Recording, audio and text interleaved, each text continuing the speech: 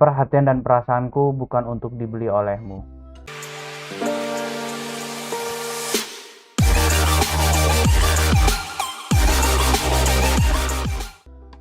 Halo pendengar efek pecandu, kembali lagi dengan saya bernama Hafiz Urbana. Hari ini setelah aku menulis buku harian, aku kembali teringat tentang sebuah kisah dari seniorku yang kupanggil dengan sebutan Mbak Kiwo. Dalam bahasa Indonesianya Mbak Kiwo ini adalah Mbak Kiri. Karena seniorku ini lebih banyak menggunakan tangan kiri dalam kesehariannya, atau biasanya dipanggil dengan kidal. Seniorku ini memiliki seorang kekasih dahulu yang hendak menikahinya. Namun, hal tersebut gagal terwujud dikarenakan usaha yang dilakukan oleh sang kekasih sangatlah besar. Saking besarnya, sampai-sampai hubungan antara mereka berdua hancur.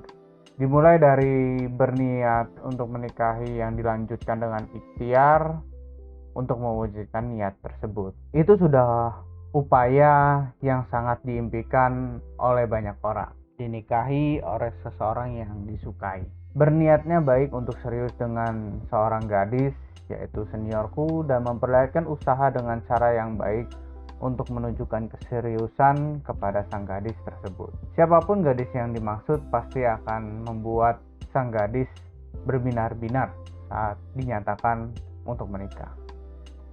Menyiapkan diri untuk menyambut sang kekasih juga sudah dipersiapkan oleh sang gadis.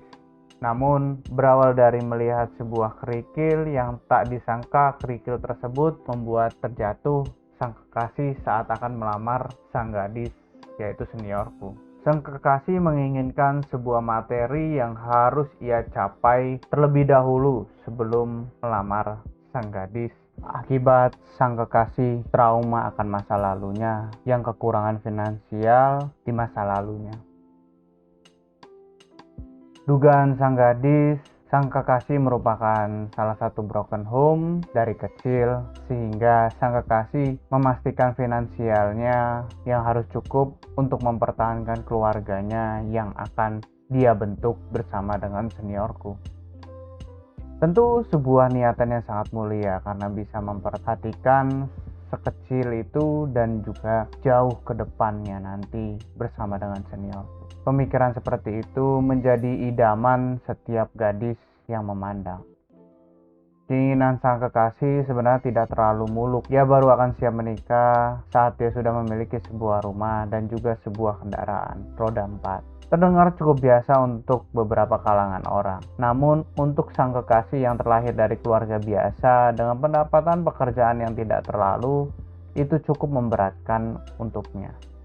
Tetapi sang kekasih berusaha untuk bekerja keras agar dapat mewujudkan keinginan membuat keluarga bahagia di masa mendatang dengan pasangannya, yaitu seniorku.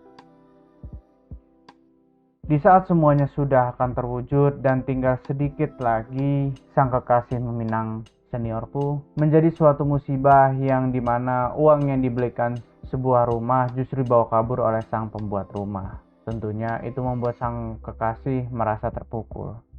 Seniorku sudah memberi sebuah pengertian kepada sang kekasih untuk melanjutkan pernikahan tanpa terlebih dahulu memiliki sebuah rumah. Simpelnya, seniorku sudah mengajak sama-sama mulai dari nol. Namun, trauma sang kekasih lebih kuat daripada pengertian dari sang gadis. Membuat sang kekasih bersikeras untuk kembali bekerja keras agar mendapatkan materi yang hilang tersebut. Pemahaman sang kekasih tersebut justru semakin membuatnya lupa akan esensi kehidupan. Sampai-sampai, saking bekerja kerasnya, dia tidak terlalu mempedulikan kesehatannya. Seniorku padahal tidak terlalu banyak menuntut. Hanya perlu sebatas teman atau pasangan hidup yang dapat diajak berbincang-bincang. Karena seniorku juga masih bekerja. Awalnya sang kekasih pikir untuk menyelesaikan trauma masa kecilnya, justru malah terjebak dalam hukum Genggar terbalik atau law reversed evil. Hukum Genggar terbalik adalah upaya untuk keinginan sang kekasih yang terlalu kuat sehingga memunculkan ketidakseimbangan di kehidupannya. Terutama dalam kasus ini, ada keseimbangan dalam kehidupan percintaannya. Seharusnya sang kekasih sudah mampu menikahi si gadis atau seniorku. Hal itu tidak bisa terjadi karena sang kekasih bersikeras untuk memenuhi kebutuhan materinya terlebih dahulu. Padahal seniorku tidak menuntut banyak pada sang kekasih. Kerja keras yang dilakukan sang kekasih membuat kesenjangan informasi antara seniorku dan sang kekasih semakin lebar. Karena sang kekasih semakin sibuk dengan urusan pekerjaannya, membuat seniorku berpikir hal lain daripada pernikahan dengan sang kekasih. Pada awalnya seniorku tidak bermaksud jahat, tetapi sekali lagi, seniorku lebih memilih orang yang lebih siap daripada yang masih bersikukuh mempertahankan egonya untuk mendapatkan materi.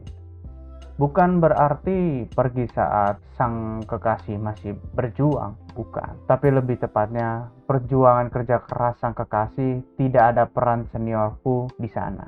Sehingga seniorku lebih merasa seperti tidak dianggap daripada sedang diperjuangkan. Seniorku merasa seperti tidak dianggap. Bukan berarti tidak senang diperjuangkan dan mulai berjuang sesama mulai dari kecil.